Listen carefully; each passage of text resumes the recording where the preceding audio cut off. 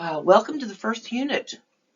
This is all about, Unit 1 is all about the formal elements. And those are the 20, I'm just going to lump them together. The 20 things, the building blocks that artists use to make artwork. Okay? And the first three that we're going to look at are line, shape, and contrast. They are all considered to be flat or two-dimensional formal elements. Here are all 20 of them. I don't divide them into elements and principles. That's too confusing, okay? We're going to look at line, shape, and contrast right now.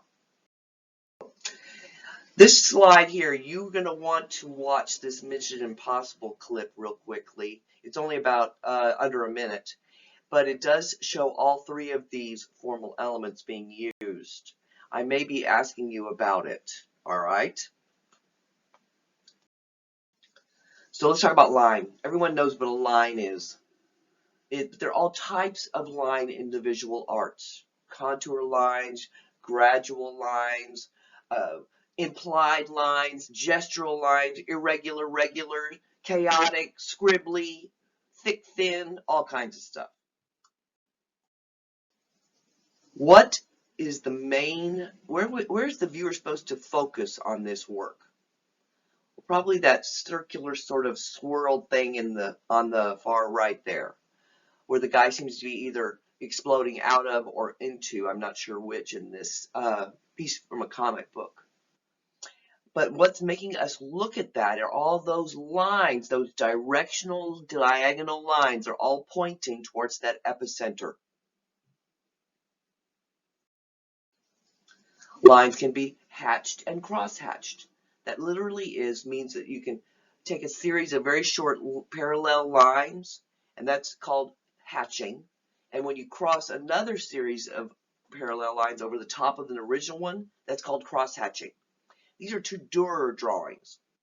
And on the right, you see the pillow is actually being formed and drawn using hatched and cross-hatched lines. Notice the hand as well, the face. And the drawing on the left, the saint here, is actually, believe it or not, composed. It's a complete line drawing composed of hatched and cross-hatched lines, just very fine ones. And look at the drawing on the right, the Sal Steinberg one, where the guy is on top of the numbers walking off the cliff. See the hatched and cross-hatched thick and thin lines on the cliff facing there? That gives you that illusion of texture. The fact that they're juxtaposed against each other makes the cliff look craggy or rough, okay, in texture. The contour line you see on the left is an outline. Think of like comic book line drawings. That's a contour line. There are lines that are regular and irregular, and here in this Saul Bellows drawing, the more regular, I wouldn't say they were perfectly regular lines, are part of the house, because naturally you'd want to use regular lines when you're drawing out something that's like a building, unless you want it to be falling in on you. The irregular lines are in the rest of the drawing, in the ruts of the field or the road there, in the trees and all that. That's all, they're irregular, they're nature-based.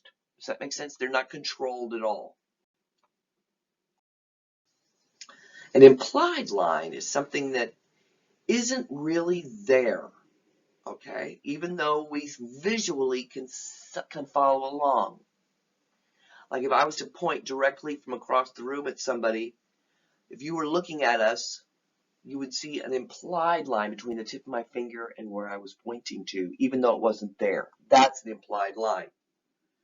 If I was to stand up at a classroom of students from the tallest to the shortest, your heads would create a line of a diagonal going from low to high or high to low. Okay. That's an implied line. Communicative lines are, well, think of them as lines that usually convey something that's very sort of subconscious in the human experience, okay? I know that sounds real kind of out there, but it's not. Vertical lines when you see a vertically linear or oriented type of thing, like a column or an upright person, you tend to think of strong, standing, alive, solid, strength, stable, that kind of thing. When you think of things oriented on horizontal lines, you think of something like maybe water, the ripples of the water, or death or sleeping, people oriented on that horizontal axis, or even the horizon line between the sky and the earth. That's a line. Those are all things that we communicate just sort of subconsciously when we see things oriented on a horizontal line. And anything on the diagonal, a diagonal line or diagonal form or anything oriented on a diagonal line is going to convey movement, action. So here it is, a diagonal line used in the Nike logo. As a viewer, we instantly go, ka-ching. We kind of do a real quick check mark visually in our heads, just subconsciously. Zing. That's a great and elegant way in this logo for Nike to convey what they are. Well, what are they? They're an active sportswear gear type of company. And that's all about action and movement. So they chose this as their logo. That's it for line. We're going on to shape. Shape looks flat or is flat. Make sure you watch my shape versus form and chiaroscuro video coming up in the next couple of units or so, okay? That way you'll be absolutely clear as to what shape is, all right? There are geometric shapes like circles and squares and triangles that you can actually measure that are regular. And there are organic shapes like these rather ugly ones on the bottom right there. Those are like you find in nature, but they're irregular and they're not measurable, okay? This is an artwork made of, well, mostly irregular shapes. The head is actually meant to make you think that this guy's been shot by a gun, but it's all based, these are all shapes. Even the little red thing is a shape. It's a small shape, but it still looks flat.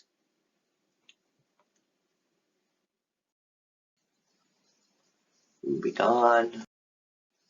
And just like there were implied lines, there are implied shapes. We obviously see that triangle, even though it's not really there on the far right. Okay, that's a shape. That's implied. It's not actually there. Okay? As in this AT&T logo.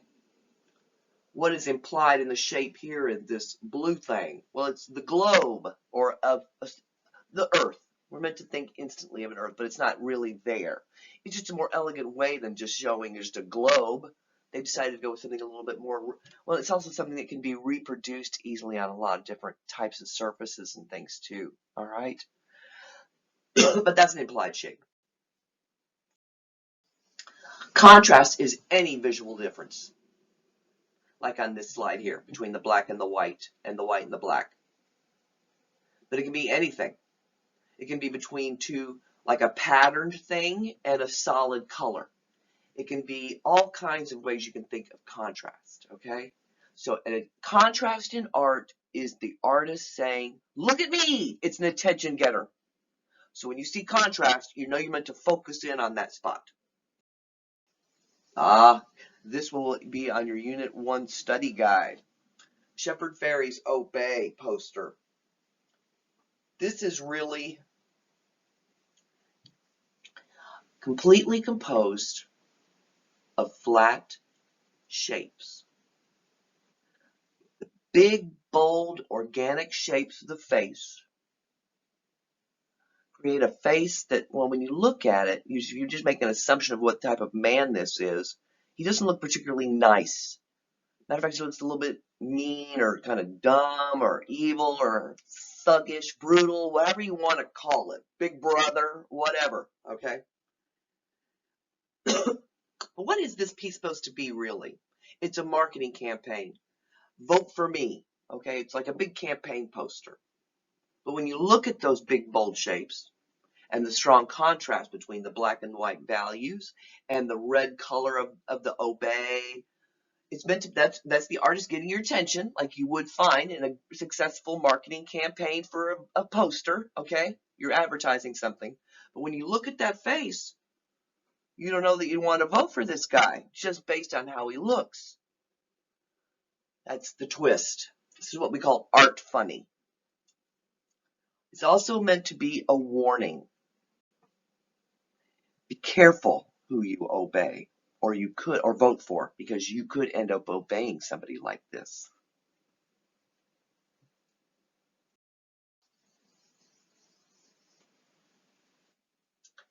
Any contrast that you see in a realistic painting is called tenebrism. That's Tenebrism. You might want to look that term up in gateways. Tenebrism. Okay? That concludes today's presentation.